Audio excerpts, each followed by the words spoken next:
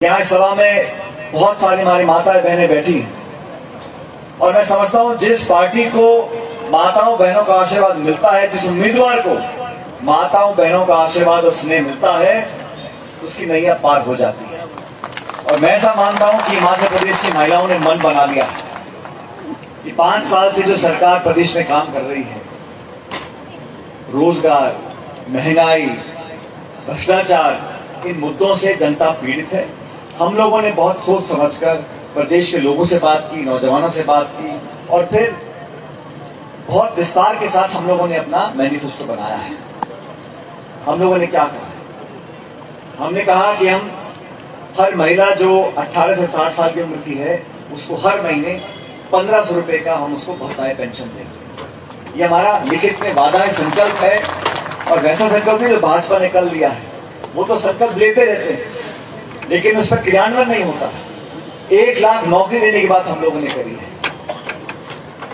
इसका जगदीश जी जिक्र कर रहे थे ओपीएस का, 5 साल सरकार रही भाजपा की हिमाचल प्रदेश में, आपने तब लागू क्यों नहीं किया? आपकी तमाम राज्यों में सरकारें हैं, मध्य प्रदेश में, उत्तर प्रदेश में है, आपने वहां पे लागू नहीं किया। जहां हमारी सरकारें हैं, चाहे छत्तीसगढ़ की हो चाहे राजस्थान की हो, हमने कहा और ओपीएस लागू किया। इसलिए मैं इस मंच से आप लोगों को दोबारा आश्वासित करना चाहता हूं, सरकार बनने के बाद पहली मिनी मीटिंग कैबिनेट की होगी और ओल्ड पेंशन स्कीम हम लागू करेंगे। हमारे हजारों लाखों जो पेंशनार्थी हैं, उनको ओपीएस के माध्यम से हम लोग दोबारा उनकी जेब में पैसा पहुंचेगा। ये कांग्रेस पार्टी का एक वादा है। बिजली की बात हम लोगों ने करी, 300 यूनिट बिजली हम लोग फ्री देंगे, ये हमने अपने मैनिफेस्टो में कहा है। लेकिन आपको भी सवाल पूछना चाहिए, अगर 5 साल के बीजेपी के हिमाचल की सरकार के काम पर वोट पड़ रहे होते, अगर जयराम जी की सरकार के काम पर लोग विश्वास करते, तो फिर बार बार प्रधानमंत्री जी यहाँ क्यों आते हैं? हिमाचल प्रदेश गृह मंत्री भी आते हैं, रक्षा मंत्री भी आते हैं, प्रधानमंत्री भी आते हैं और अलग अलग मुख्यमंत्री आ रहे हैं। अगर हिमाचल की सरकार का काम बढ़िया होता, बिजली हम लोग फ्री देंगे, ये हमने अपने मैनिफेस्टो में कहा है।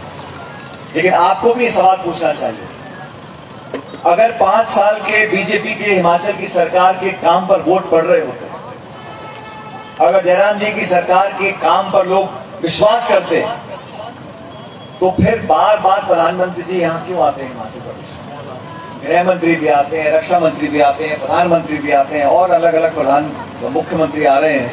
अगर हिमाचल की सरकार का काम बढ़िया होता और काम अपने आप में बोलता, तो जनता अपने आप वोट डालती।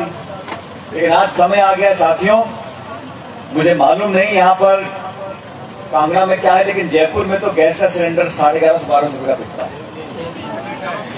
देना पड़ेगा, आप छुप नहीं सकते, आप भाषण देके भाग नहीं सकते, आपको जवाबदेही तय करनी पड़ेगी, आपको कसौटी पे खड़ा उतरना पड़ेगा। आप लोगों की उम्मीदें जो आपने बनाई हैं, उसको पूरा करना पड़ेगा। नहीं करोगे तो बटन दबेगा और हाथ के निशान का दबेगा और हिमाचल में सरकार कांग्रेस पार्टी की बनेगी, भारी बहुमत से बनेगी। इसलिए फिर आपको आगे करना चाहता हूं, जगदीश जी को चुनाव में जिताएं। मैं बहुत दूर से चलकर आपके बीच में आया था, आपसे मिलने, आपसे आशीर्वाद मांगने और आपसे अनुरोध करने के लिए कि हमें बहना नहीं है, हमें लालच में नहीं जाना, अफवाहों में नहीं जाना, बहकावे में नहीं जाना। हमें कांग्रेस पार्टी को जिताना है और भारी बहुमत से जिताना है। और मुझे पूरा विश्वास है कि मेरे निवेदन को आप लोग स्वीकार करोगे। जैसा मैंने शुरू में कहा, जब माताएं बहनें सामने आ जाती हैं निकलकर, तब जीत सुनिश्चित हो जाती है। लेकिन मुझे भी विश्वास अपने मन में लेकर यहाँ से जाना है कि आप इनको जिताकर भेजोगे। तो दोनों हाथ खड़े कर मुझे बताओ, यहाँ से जगदीश जिताकर भेजेंगे कांग्रेस पार्टी। अरे भाई, सुबह सुबह आवाज नहीं आई मेरे को। कांग्रेस पार्टी, ये आवाज है कि शिमला तक जानी चाहिए। शिमला कांग्रेस पार्टी। बहुत बहुत धन्यवाद। राम राम साहब।